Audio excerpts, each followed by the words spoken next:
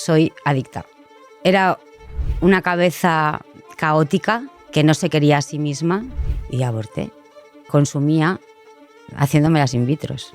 Solo pensaba en quitarme la vida. Es que yo no veía otra solución. O sea, yo pensaba coger el volante y estamparme contra lo que fuera. Y yo donde hubiera llegado si no hubiera hecho tratamiento es la muerte. No sabía lo que era la tranquilidad o la paz. Vivir en coherencia con lo que sientes, lo que piensas y lo que haces. La vida que te espera. Es que ni te la llegas a imaginar de lo buena que es. Desde el momento que tú pides ayuda, hasta que tú ingresas en el centro, hasta que tú haces ese clic, ¿qué ha pasado? ¿Qué has tenido que cambiar? ¿Qué has tenido que aceptar? ¿Qué has tenido que renunciar? Querida comunidad de Adicciones al Descubierto, bienvenidos al capítulo de hoy. ¿Puede superar una adicción una mujer de 45 años con alcoholismo? Enseguida nos lo cuenta Laura. Comenzamos.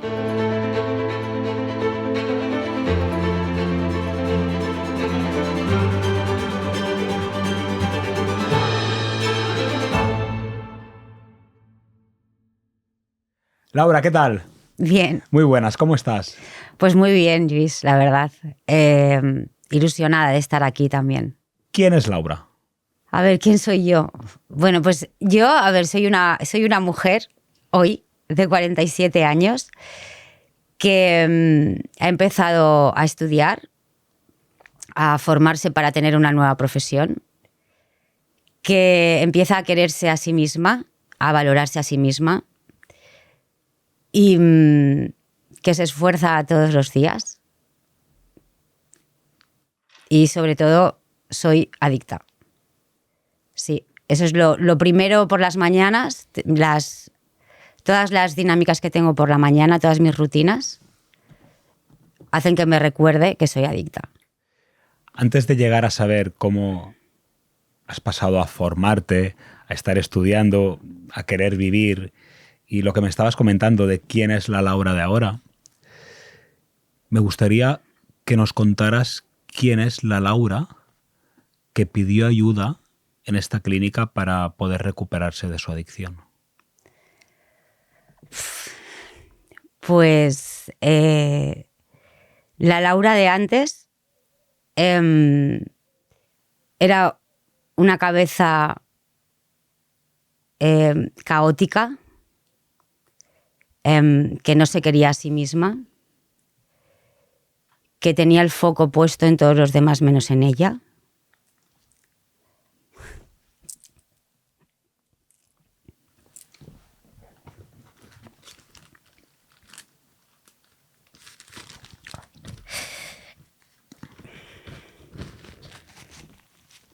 Joder.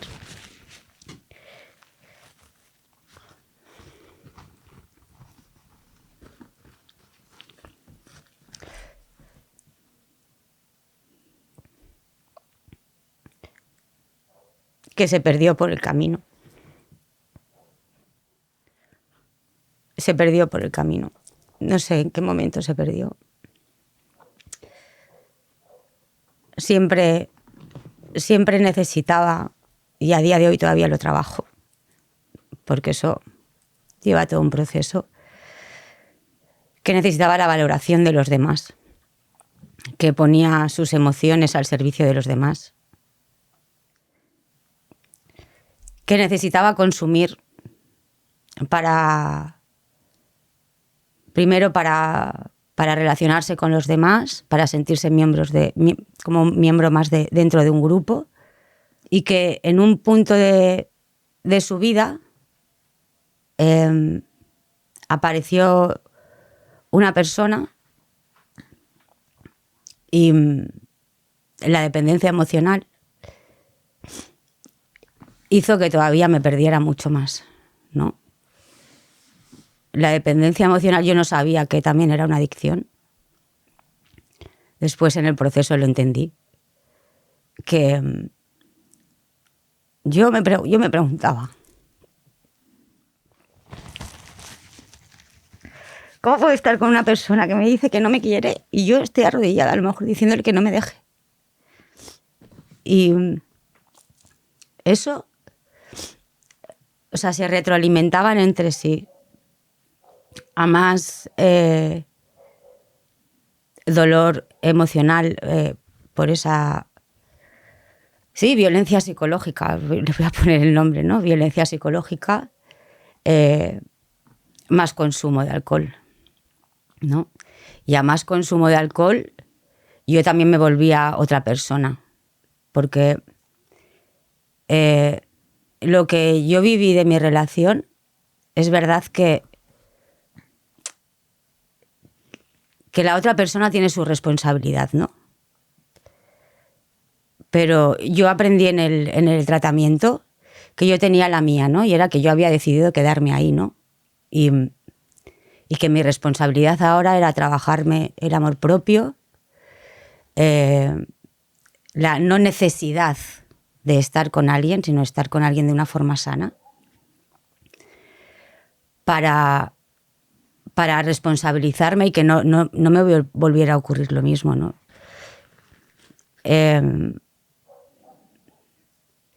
Yo la verdad es que yo lo pienso y es verdad cuando me dijeron, es que tú nunca has elegido, ¿no? a tu pareja, por ejemplo. Y yo decía, hombre, ¿cómo que no?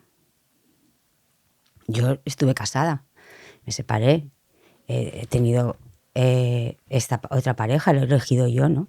Y realmente no lo elegía yo. Haciendo introspecciones, ¿no? Me di cuenta que yo iba a lo fácil, ¿no? A lo que intuía, a quién le podía gustar yo, ¿no?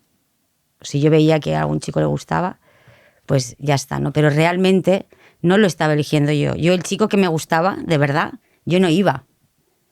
Me daba como vergüenza, miedo y sobre todo una bajísima autoestima, bajísima, a decir, nula autoestima, de pensar que yo no me merecía eso, ¿no? Me salen muchas preguntas de lo que estás comentando. Voy a intentar acordarme de todas porque lo que estás contando es muy interesante. Cuando has dicho era una Laura que se perdió, ¿a qué te referías? ¿Qué pasó para que tú definas esa etapa de tu vida como alguien que se perdió? Pues, a ver, yo en el momento que yo vivía en Barcelona, yo me separé y cuando yo me separé lo dejé todo y me fui a Zaragoza. Dejé a mi familia y yo creo que es ese momento que yo normalicé, porque yo ahí empecé a salir más, a enrollarme con chicos que conocí en una noche. Y yo creo que el separarme de mi familia, que yo creo que hasta ese momento ejercía como un poco de factor de protección, ¿no? El huir de ellos de alguna manera, porque yo sentía que mis emociones siempre estaban en sus manos, ¿no? Que me influían mucho. Y entonces yo quería alejarme de eso y tener mi propia vida. Pero cuando yo me marché, yo normalicé que la gente que se separaba hacía lo que yo hacía. Yo normalizaba eso, ¿no? Hoy sé que eso no es normal, lo que yo hacía, ¿no? El beber, el salir, el ir sola. Yo empecé a hacer cosas que yo no iban conmigo, ¿no? Yo lo pienso y digo, es que hice todas las cosas que no iban conmigo, que no iban con la Laura que era de verdad, ¿no? O sea, como que empiezas a perder tus valores, pero no me preguntes por qué, ¿sabes? No sé. Creo que ahí la enfermedad yo creo que empezó a brotar más, ¿no? O sea, que hacía caso a todos mis pensamientos enfermos. Y entonces me fui perdiendo por ahí hasta que decidí montar la empresa. Y entonces la empresa, yo hoy con la distancia, esto es con la distancia, la empresa se juntó con esta persona que yo conocí, con la que tuve una relación tóxica, y la empresa a mí me sirvió, yo creo, para tapar todas las emociones que no tenía ni puta idea cómo gestionarlas. Y que las gestionaba sin cabeza, de forma impulsiva, ¿no? Y la empresa me sirvió a mí pues para canalizar esas emociones que yo no sabía gestionar, porque yo amaba y amo esa profesión, ¿no? Que yo tenía y lo di todo, pero claro, es que son cosas que como las vas aprendiendo en el tratamiento, yo no sabía que la autoexigencia, yo no la veía la autoexigencia en mí, o mi perfeccionismo, ¿no? Y lo que hay detrás de todo eso, que es toda la inseguridad que yo tengo, yo lo volcaba todo en la empresa, ¿no? Yo me iba de campamentos y en vez del 100 yo tenía que dar el 200, no le podía pasar nada a ningún niño. En mi cabeza estaba, si le pasa a algún niño yo me muero. O sea, es que yo me mato, yo no podría vivir, ¿no? Entonces, eso genera un estrés que yo creo que todo aquello se fue acumulando, se juntó con la relación tóxica que por ahí consumí un montón con esa relación y empecé a consumir, yo consumía los fines de semana, ¿no? Yo era funcional, yo tomaba los fines de semana. Es cierto que el lugar donde yo vivo, el único ocio que hay, por así decirlo, es ir al bar, ¿no? Entonces eso yo estaba en mi ambiente y era lo más normal. Todo el mundo consumía. Y sí que hubo un punto de inflexión en mi vida, que eso sería una foto negativa de la dependencia emocional, que ese sí que fue lo que hizo que yo empezara a consumir ya muchas tardes, ¿no? Muchas tardes. Que fue que yo me quedé embarazada. Era el sueño de mi vida, ser madre. Y bueno, la persona con la que estaba no quería saber nada de mí. No me acusaba de que lo había planificado todo y se fue de casa. Y yo llamé a mi familia y yo, convencida, digo, no puedo tener este bebé, digo, porque yo no tengo. Entonces la empresa estaba empezando, llevaba poquito tiempo, entonces yo no tengo para mantenerlo, ¿no? Y mi madre, hija mía, que yo te ayudo, que es el sueño de tu vida y demás, ¿no? Mi hermana igual, ¿no? Pues te vienes aquí a Barcelona. Y yo, no, porque yo no puedo dejar la empresa, yo cómo voy a dejarlo todo, ¿no? Así que me fui a Barcelona y aborté. Yo eso jamás se me va a ir de la cabeza. Verme allí sola, en una cabina pequeña. Y esa es yo te diría que es la foto más negativa que tengo como adicta, ¿no?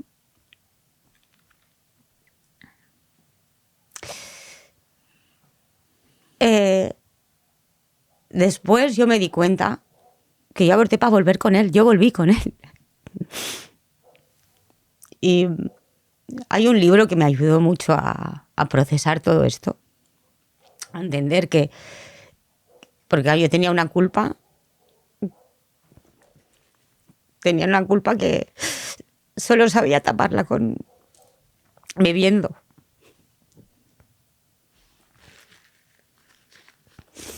Hice una cosa que jamás se me hubiera pasado por la vida hacer. Jamás soñé que me pasaría a mí eso. Y ahora, bueno, entender que yo hice eso porque estoy enferma, porque tengo una enfermedad mental, me ayudó a procesar esa culpa, ¿no? Me ayudó a procesar toda esa culpa, porque eso fue un detonante brutal en mi vida. Es algo que me viene a la cabeza y que ya con 47 años, evidentemente, no puedo tener no puedo tener hijos. Lo intenté, hice in vitros, pero también con mucho autoengaño cuando dejé de estar con esta persona, porque consumía haciéndome las in vitros. Que yo digo, falta estar mal de la cabeza. Claro, es que estaba mal de la cabeza. Estoy mal de la cabeza a día de hoy, ¿no? Pero ahora con tratamiento. Y a veces me venía el pensamiento de, bueno, si las yonkis, ¿no? Si las yonkis se quedan embarazadas, yo por 2 tragos tampoco me va a pasar nada, ¿no? Seguro que también me puedo quedar embarazada. Como si yo no fuera una yonki. Eso me costó aceptarlo mucho en el tratamiento. Hoy llevas 2 años y 4 meses de abstinencia, que para los adictos estar tan solo un día sin consumir ya es un logro, y después de estos 28 meses de abstinencia, creo que ahora estás viendo todo un poco como en una perspectiva en la que tú estás fuera de esa situación que estabas viviendo y la puedes analizar mejor. Aparte de estar consumiendo alcohol, ¿tú estabas con otras conductas compulsivas o conductas adictivas que tuvieras que tienen una relación no tanto con el alcohol, sino con tu personalidad adicta? Sí. Sí. Esto me pasó el último año. En el último año ya como que con el alcohol no era suficiente. Y entonces empecé a utilizar Tinder, ¿no? Y al principio, bueno, pues quedaba, conocía, luego volvía a quedar, ¿no? Porque había una parte de mí que yo quería hacer las cosas bien, ¿sabes? Pero se me iba la cabeza por completo, ¿no? Bebía y bebía y mandaba WhatsApps que quedaba con alguien, ¿no? Y quedaba ya solo para acostarme con esa persona, ¿no? Y luego me iba. Y luego al día siguiente quedaba con otro y otro, ¿sabes? Y así iba haciendo, ¿no? Y bebida, y coger el coche de bebida, que me lo quitaron en el carné, me metieron al calabozo también. Comportamientos pues de ir a comprar y planificar las compras para que nadie se diera cuenta que compraba alcohol, ¿no? Yo vivo en una zona rural, entonces además mi empresa, pues yo llevo proyectos socioeducativos para infancia y juventud y tercera edad.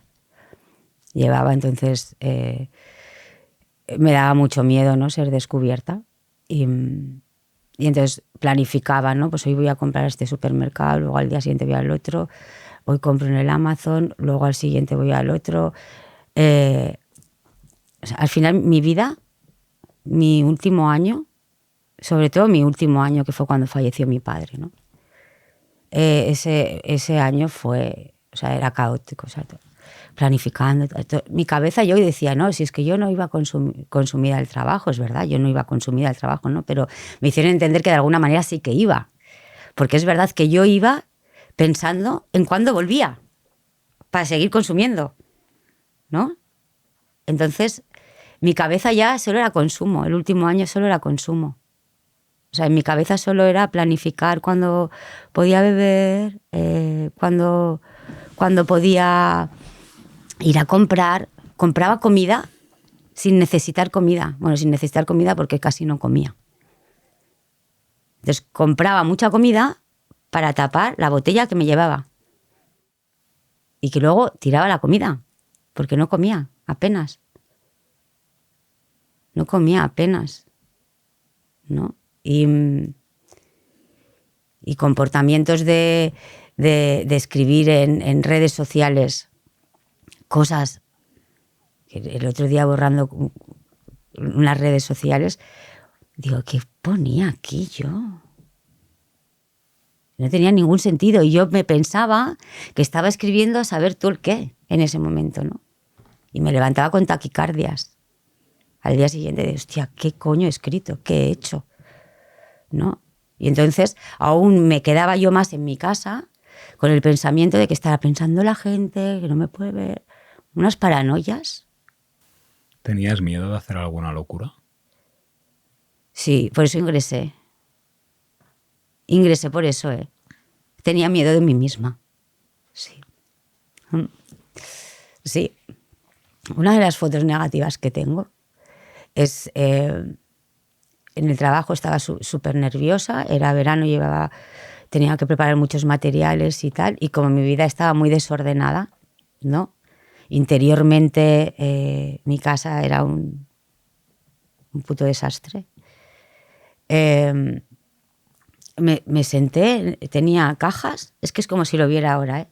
En el sofá de mi casa tenía unas cajas ahí preparadas para los distintos centros y no sé, me quedé ahí mirando, paralizada completamente y pensé, yo esto solo, o sea, es que yo ya solo pensaba en quitarme la vida, es que yo no veía otra solución. Es que no veía, yo me quedé allí y dije, ¿cómo salgo de esto? Es que no sabía salir de ahí. O sea, es una foto negativa que conecto mucho con ella. Es que... Eso de, ¿qué coño? Es que no sé qué hacer. Es que no quiero seguir así. Y luego ya me volvió a venir ese pensamiento también en otra situación y ya planificado ya todo. Ya sabía cómo lo iba a hacer. Es que lo tenía todo pensado. Que iba a dejar el móvil en la carretera, que iba a meter el coche por la... Es que lo tengo aquí. Y o sea, lo tengo ahí pensado, ¿no? Y hubo un día, a finales de octubre... Una pregunta. ¿Qué sientes hacia esa Laura que ves en casa, sola, planificando un suicidio? Mira, al principio me daba pena de mí misma, ¿sabes? Al principio, porque yo entré con mucho victimismo, ¿no? Y yo ahora me emociono cuando recuerdo con esas cosas, pero porque... Y conecto con ellas porque es que vuelvo a sentir lo mismo, ¿no? Y eso es lo que me hace estar en tratamiento a día de hoy, ¿no? El no querer volver a estar en ese sofá otra vez, ¿no? Y ahora, desde lejos, digo, hostia, si esto no es una enfermedad, que venga Dios y lo vea, ¿no? Es que esto una persona que está bien de salud, sobre todo de salud mental, no estaría así, ¿no? Y me pasa lo mismo cuando mi familia entró en mi casa, ¿no? Cuando yo estaba en el centro, porque yo dije cómo estaba en mi casa. Entonces fueron a casa a ver cómo estaba y tal, y se encontraron aquello y yo la verdad, Luis, que no pensé en sentir vergüenza de lo que iban a ver, ¿eh? Porque pensé, es que cuando abran la puerta de mi casa van a decir, es que mi hermana, desde luego, no está bien de la cabeza. No está bien, porque una persona que está bien no tendría una casa así de desastrosa, ¿no? Y cuando yo decidí, cuando estábamos hablando de esto de la Laura que está ahí, yo ahora veo la Laura que se cayó por las escaleras a finales de octubre. Me caí de las escaleras, toda tomada, y me clavé, llevaba la copa en la mano y me clavé todos los cristales, ¿no? Y yo había quedado, bueno, todo esto con taquicardia, súper nerviosa, o sea, yo llegaba a unos puntos así muy, muy acelerados y había quedado con un chico, ya serían a lo mejor a las 2 o las 3 de la mañana. Y me caí por las escaleras, me clavé todo. Y yo, como que tenía que ir, ¿no? Y me estaba curando y digo, a ver, ¿pero dónde vas tú? ¿Tú dónde vas? ¿No? Y me vino mi hermana a la cabeza. Porque hacía 1 año y poco o así, o 2 años, que se sentó y me dijo, Laura, tienes un problema con el alcohol. Y le dije, no, hombre, no, que no, yo no tengo ningún problema. Y me vino mi hermana. Me vino esa frase, ¿no? Tienes un problema con el alcohol. Y dije, es que yo tengo que hacer algo. Es que tengo que hacer algo.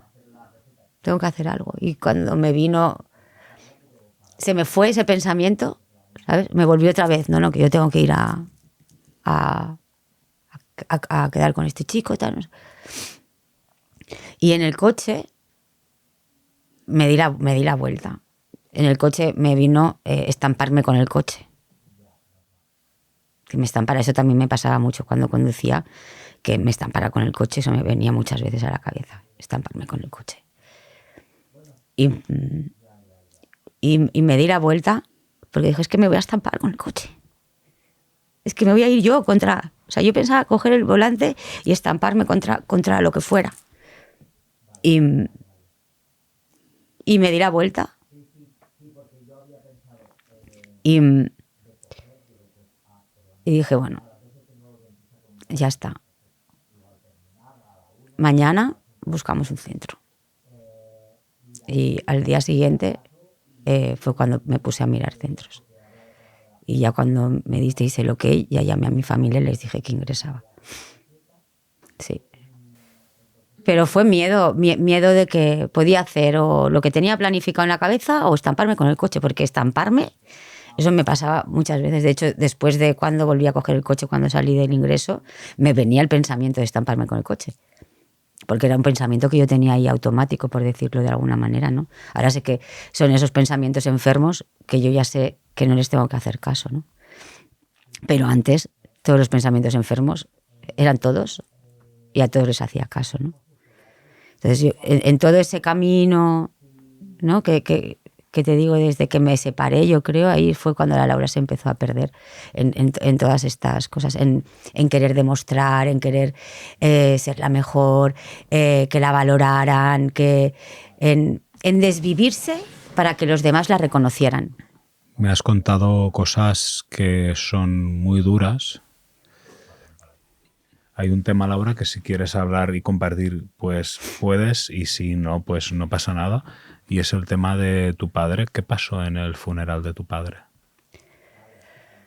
A ver, en el funeral de mi padre yo no me acuerdo. Yo tengo una realidad mía que es muy diferente a la que fue realmente, ¿no? En la enfermedad de mi padre yo no la supe gestionar para nada. Eso fue el boom del boom del boom. Esto ocurrió, mi padre falleció en abril del 2023, yo ingresé en diciembre del 2023. Y bueno, yo cuando falleció mi padre me fui a tomar.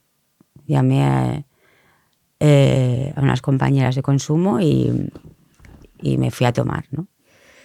Y por la mañana, que era el velatorio, pues esto por lo que me han explicado, entré como con risas y tal,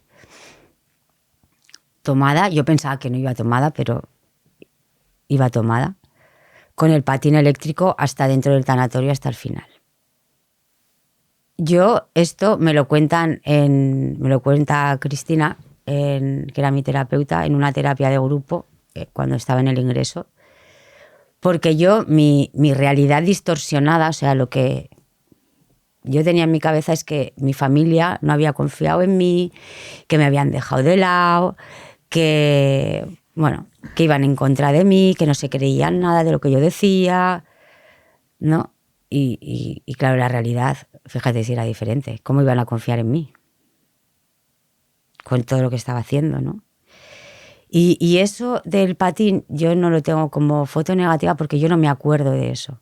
Me genera ganas de tomar en forma de vergüenza, porque sí que siento vergüenza de esa parte, ¿no?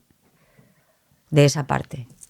Cuando tú comentas el aborto que tuviste sin querer realmente, porque lo que más quería era ser madre, cuando tú hablas de esta situación con tu padre, cuando tú hablas de tus problemas con tus exparejas y de todas las consecuencias del consumo, ¿a día de hoy te has podido perdonar, Laura? Sí, sí. Es que el perdón es que al final es como un viaje, no sé cómo decirlo. Es un viaje que va de la culpa al perdón y es un viaje que va de camino de la responsabilidad, va de camino del tratamiento, ¿no? Así lo entiendo yo. Entonces, yo tengo muy claro que para no repetir las cosas que no quiero volver a repetir porque han destrozado mi vida, yo tengo que estar en tratamiento todos los días y esa es mi responsabilidad. Mi responsabilidad, yo no puedo cambiar el entierro de mi padre, no lo puedo cambiar. Pero sí que puedo hacer que el entierro de mi madre no sea así. No. Entonces, es que yo tengo tan claro que no quiero volver a donde estaba antes. Yo lo tengo tan claro. Uf. Que la gente no se lo imagina, ¿eh? ¿Te importa lo que piensa la gente de ti? Mira, no me importa qué piense la gente porque todo el mundo sabe, el que vaya a ver este podcast y me conozca ya sabe que soy adicta, porque no me he escondido para nada, ¿eh? Y yo, mira, en esta nueva faceta, Lluís, de mi vida, ¿no? Que me voy a dedicar o me gustaría dedicarme al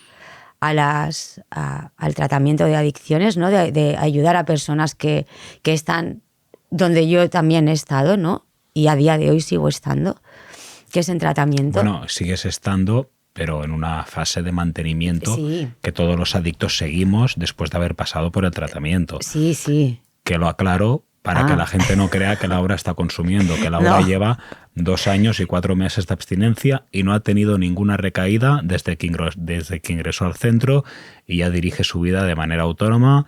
Está estudiando y va a empezar a trabajar ayudando a otros adictos, ¿vale? O sea, está en una fase avanzada.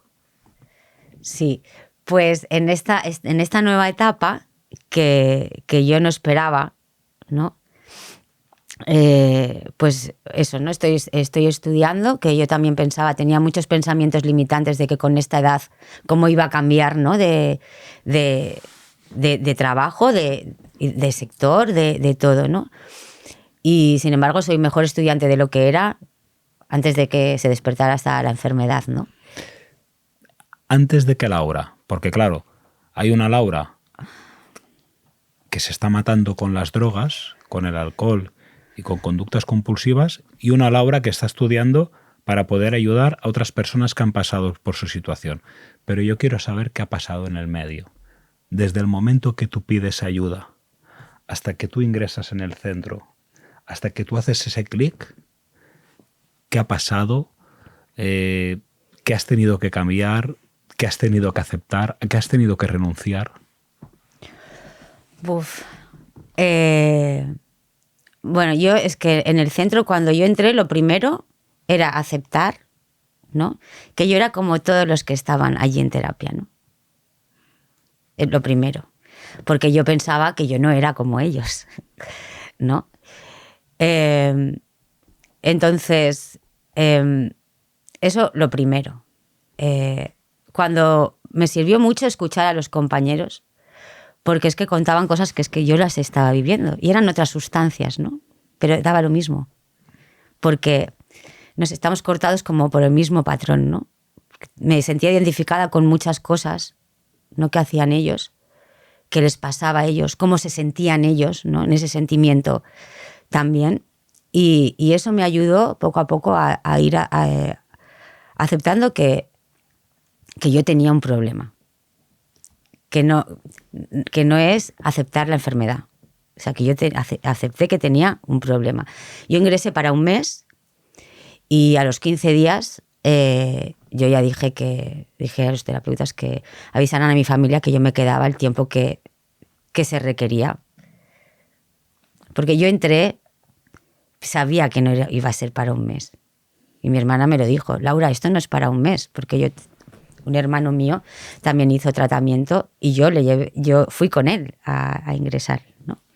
Y también le dije, no, 2 meses no, 6, lo máximo, ¿no?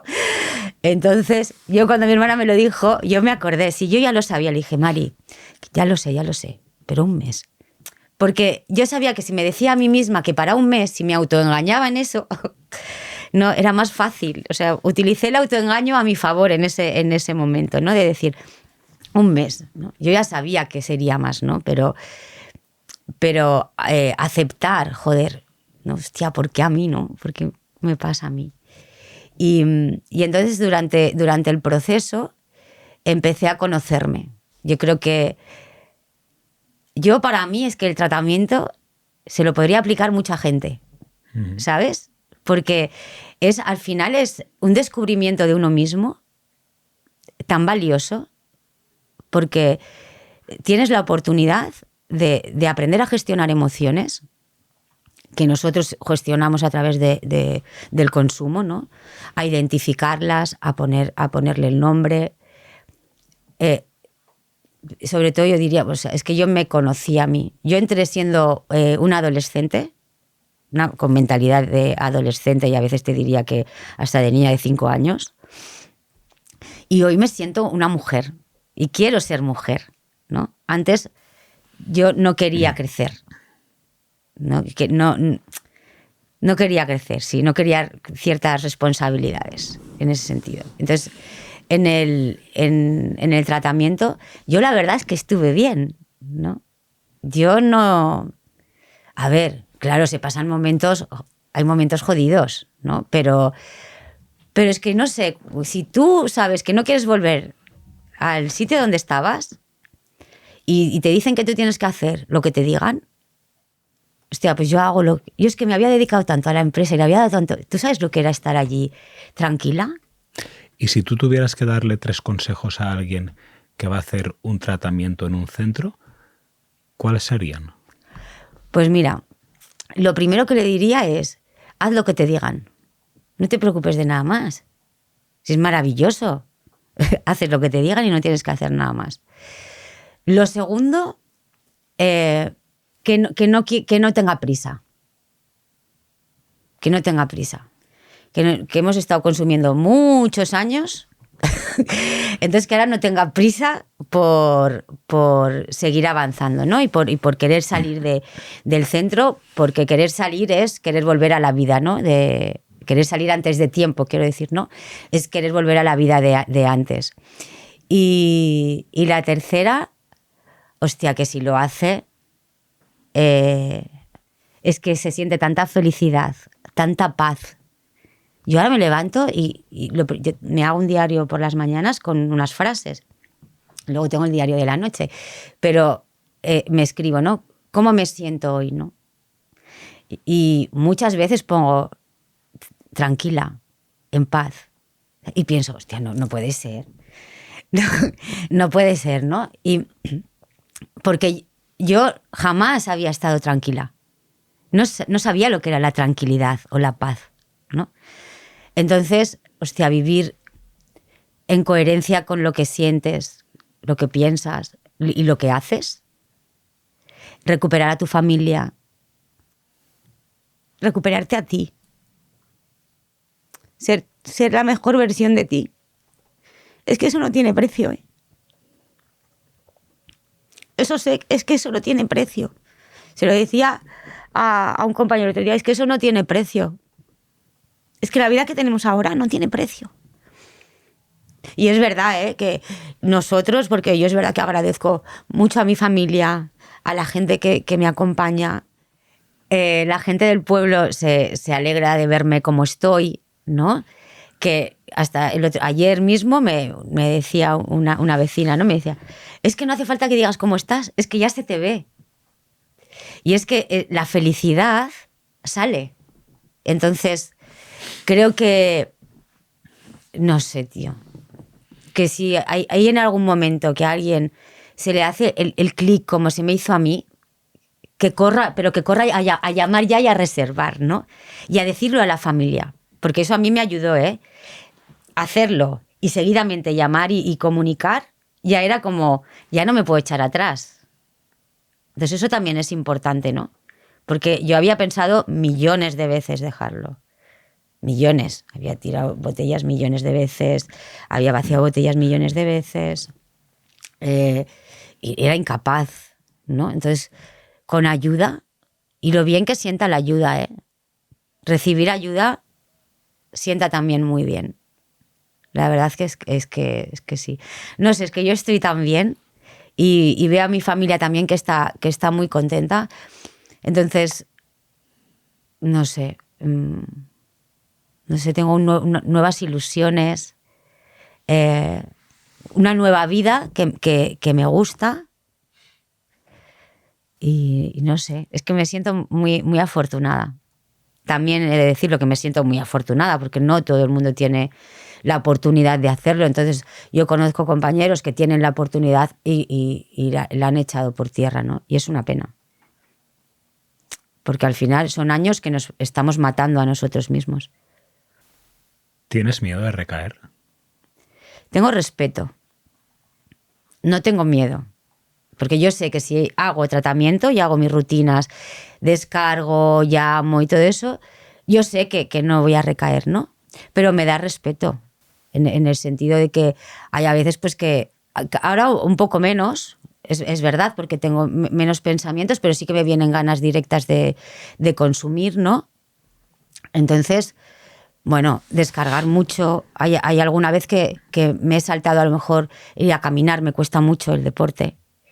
Entonces me vienen pensamientos, quédate en el sofá, tal, pero ya sé dónde me lleva estar en el sofá, ya sé dónde me lleva. Entonces, descargar mucho y tal. Y hay alguna vez que a lo mejor me he saltado 3 días, ¿no? Y lo descargo porque me siento mal de no haberlo hecho y sé dónde me va a llevar. Y entonces, eso sí que es lo que me hace que tenga respeto a saber que la recaída está a la vuelta de la esquina. Que cuesta mucho. Cuesta mucho esfuerzo diario, cada día, para llegar donde he llegado, pero que en esto, como me descuide y me vaya dejando una taza porque mi cabeza todavía va así, ¿eh? No, deja la taza, se me cae un papel, deja el papel. ¿Sabes? Todavía funciona, me sigue mandando mensajes de esos. Tira la colilla al suelo. ¿Tú imaginabas cuando estabas aún consumiendo que podías estar 2 años y 4 meses sin consumir? No, es que no, yo creo que ni me lo había planteado eso. Es que yo creo que desde que probé la primera vez con 13 años el alcohol, jamás he estado tanto tiempo sin consumir. ¿Qué te dice tu familia cuando le dices que ahora quieres dedicar tu vida a ayudar a otros adictos? Mi familia está encantada, Lluís, porque mira, mi familia, primero que no querían que yo me fuera a vivir al pueblo, que me dicen que hacía yo en el pueblo sola, ¿no? Que cerrara la empresa, que saliera de ese entorno, ¿no? Que no me beneficiaba. Entonces, saber que el cerrar la empresa, porque ellos no querían, yo he renunciado a la empresa, ¿no? La cerré en agosto. Mi familia, yo estaba muy vinculada, al final era empresa consumo, ¿no? Por así decirlo, se retroalimentaban. Y entonces, cuando dije que quería volver a la empresa, intentarlo, ¿no? Este último año, cuando salí del centro, me dijeron, pues chica, pues ya que ya lo has dejado, pues ciérralo. Pero yo tenía, desde mi ego, ¿no? ¿Cómo voy a dejar esto, ¿no? Con lo que me ha costado llegar hasta donde llegué con la empresa. Y entonces ellos están súper contentos de que esté estudiando algo que a mí me guste, porque al final es tu familia. Si tú estás bien y te ve bien y te ve feliz y estás haciendo lo que a ti te gusta de verdad, pues están muy orgullosos. ¿Qué mensaje te gustaría darle a alguien que nos esté escuchando en este momento y que esté sufriendo la enfermedad de la adicción? Yo te digo que se puede salir, que basta ya de sufrir, porque no nos merecemos estar sufriendo. No hemos elegido la enfermedad, ¿no? Nadie elige una enfermedad y esta tampoco la hemos elegido. Entonces, desde ahí es más fácil pedir ayuda. Y es que es que no merece la pena seguir sufriendo. De verdad, es que la vida que te espera, es que ni te la llegas a imaginar de lo buena que es.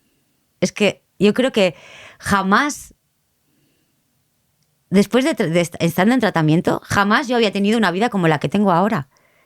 Pero ni antes de que empezara con la enfermedad, ¿sabes? Entonces, que des el paso. Que hay muchas personas que te van a entender, que no te van a juzgar, que sentimos todos lo mismo, aunque tengamos diferentes experiencias, y que donde no hayas llegado ahora, vas a llegar. Porque eso es algo que yo aprendí. Fui a hacer una charla en un cole de adicciones, expliqué mi historia, y hubo un chico que me preguntó por qué yo no había consumido cocaína. Y yo le dije que la verdad es que yo la había tenido a mano, ¿no? Y yo le dije, bueno, pues porque la cocaína la tenía como más grave, ¿no? que el alcohol, y no la había tocado. Pero le dije, pero soy muy consciente de que si yo no hubiera ingresado, hoy, a día de hoy, probablemente ya la hubiera consumido. Entonces, yo tengo clarísimo, lo dijo una compañera, donde no hemos llegado, si no hacemos tratamiento llegaremos, y yo donde hubiera llegado si no hubiera hecho tratamiento es la muerte. Tu historia es increíble, es impactante, es inspiradora porque has podido salir del agujero que son las drogas y que es el alcoholismo. Yo me siento muy feliz y orgulloso y alegre de verte así, Laura, de que hayas podido recuperar tu vida, de que tengas ilusión. Quiero darte las gracias por venir al podcast, porque creo que hoy has ayudado a muchísima gente. Y quiero daros las gracias también a todos vosotros por estar cada día escuchando historias tan inspiradoras como la de Laura. Como os digo siempre, si tenéis alguna propuesta y queréis que en algún otro podcast hablemos de algún tema en concreto, anotármelo en los comentarios y lo tendré en cuenta. Gracias.